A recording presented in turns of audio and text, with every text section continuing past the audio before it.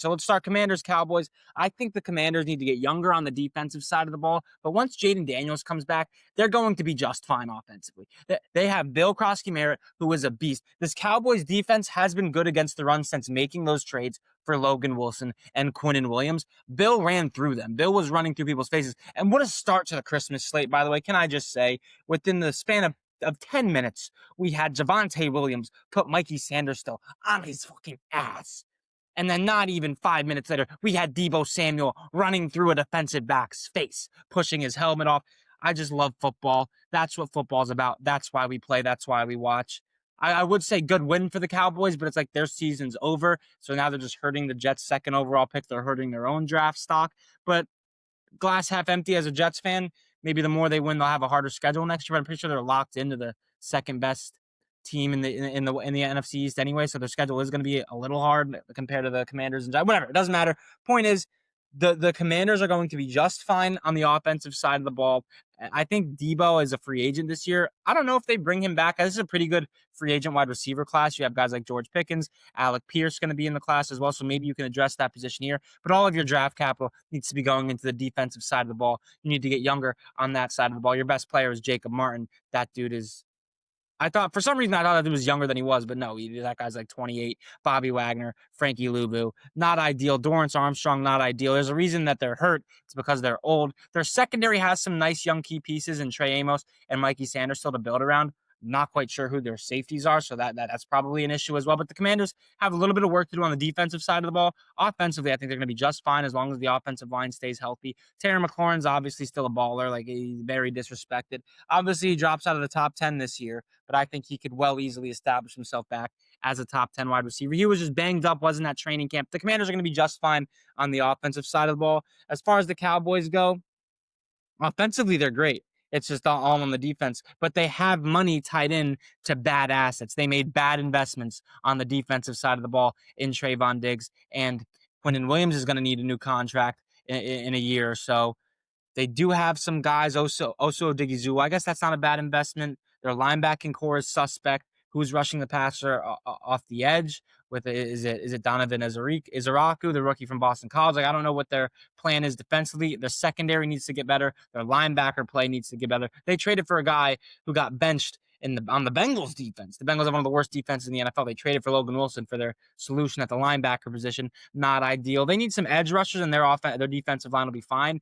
Trayvon Diggs was a bad investment. Deron Bland, not as bad of an investment, but still not great in coverage. And then their secondary, their safety position is diabolical as well. Diabolical in a bad way. So the Cowboys, I think, will be fine. They just need to address, but they don't have a first round pick in 27. So yeah, they're in a tough spot here. The Cowboys the Cowboys are in a way tougher spot than the Commanders because the Commanders have a lot of money. Like they don't have any bad investments. The Cowboys have a few bad investments on the defensive side of the ball. They do draft particularly well, so they'll just need to hit on those on that side, and maybe they can contend for losing in the divisional round once again because that's what the Cowboys do. They lose in the divisional round. That's their ceiling.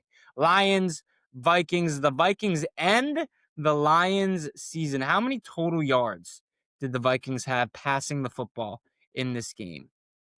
51, but I don't even think that's correct. I think there's a lower number, like the total net passing yards. Bear with me here for a second. Bear with me. 3. They had 3 passing yards on the day, the Minnesota Vikings, and they beat the Detroit Lions 23-10. This Vikings defense is still the real deal. Like last week against Jackson Dart, like you could just look at that game and be like, okay, it's Jackson Dart, rookie quarterback. Jared Goff's like a 10-year vet at this point, almost 10-year vet, 8-year vet.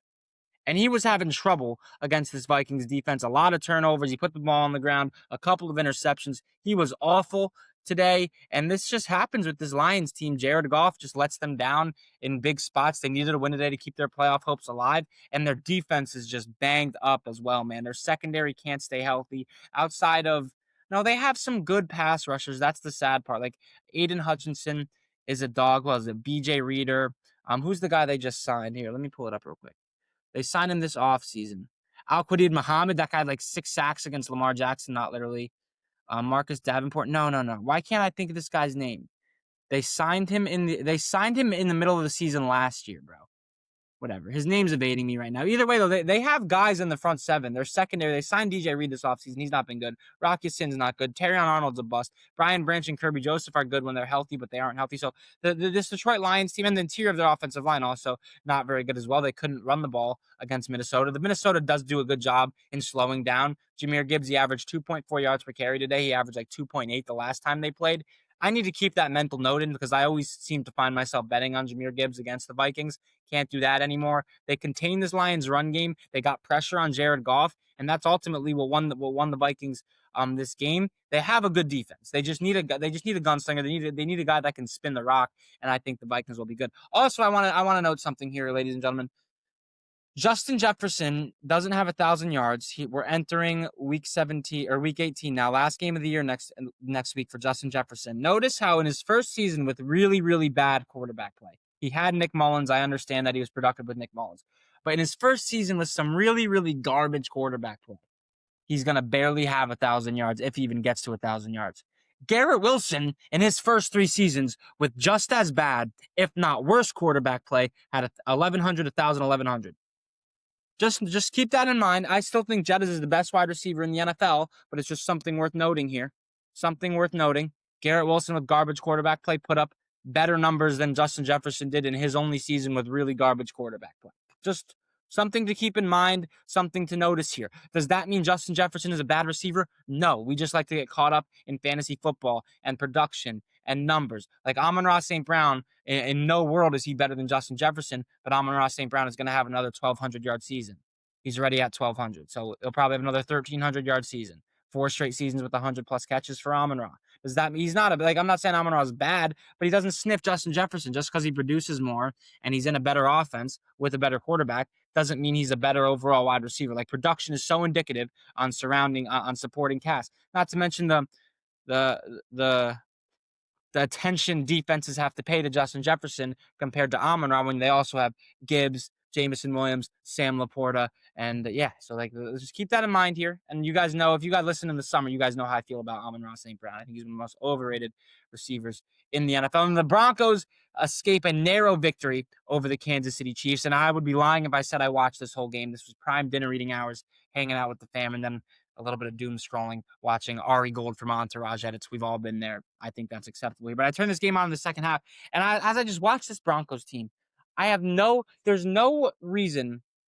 Like the Denver Broncos are absolutely on fraud watch, and I am a Denver Broncos guy. I think they have the second best defense in the NFL. I've been a Bo Nix fan, but it's hard when they are just so inconsistent. And when you think about the teams over the last few seasons that have won a ridiculous amount of one-score games. Last year was the Chiefs. They played a really good team in the Super Bowl. They got blown out. A few years ago, you remember that Vikings team with Kirk Cousins when the NFC was really weak that lost to the Giants in the first round of the playoffs? That team won a lot of close games. Like it's just not sustainable. And you have this okay, they win a lot of close games, but they're winning games, right? But you also put that next to their game against the Jaguars last week. In Mile High, against one of the best teams in the AFC, they lost by 2 possessions. But it's crazy because 3 weeks ago, Bo Nix and his Broncos offense diced up this Packers defense and this Packers football team when they were pretty much fully healthy with Micah and Christian Watson going down in game. So it's like hard to gauge how good this Broncos team is. I don't think they're fraudulent, but they got to be on fraud watch going forward. And I say going forward, there's 1 week left in the season. But the Chargers game next week will be a really, really telltale sign because on paper, the Broncos should dominate that game. With the way their defense matches up with that Chargers offense. So the Broncos for now are on potential fraud watch. No hate, though. I'm a Broncos guy. I am a Broncos guy. As far as the Chiefs go, man, I won't give my whole Patrick Mahomes spiel. You guys know how I feel about him at that point. He's the second greatest at worst. I think he's the greatest quarterback I've ever seen with my own eyes, but people are too afraid to say that yet because they like to roast Patrick Mahomes. They don't like to be known as a Patrick Mahomes stan, even though Tom Brady during his people hate on the Chiefs dynasty. Like at least they're not cheating, At least they're not cheating. The biggest problem with Patrick Mahomes is that his wife's a little bit annoying. His brother's an asshole.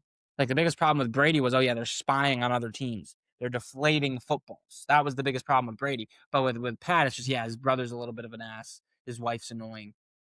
The refs give them calls, which they didn't at all this year, by the way. The Patriots never had a year where they weren't getting calls by the refs, but that's neither here nor there.